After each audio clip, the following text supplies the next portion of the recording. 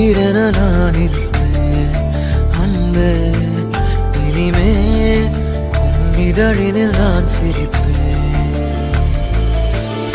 இதமாய் உன் இதயத்தில் காத்திருப்பேன். கணமே கனவாய் உன் விழிகளை பார்த்திருப்பேன். தினமே மழையாய் என் மனதினில் நீ விழுந்தாய். ஓர் விதையென நான் எழுந்தேன்.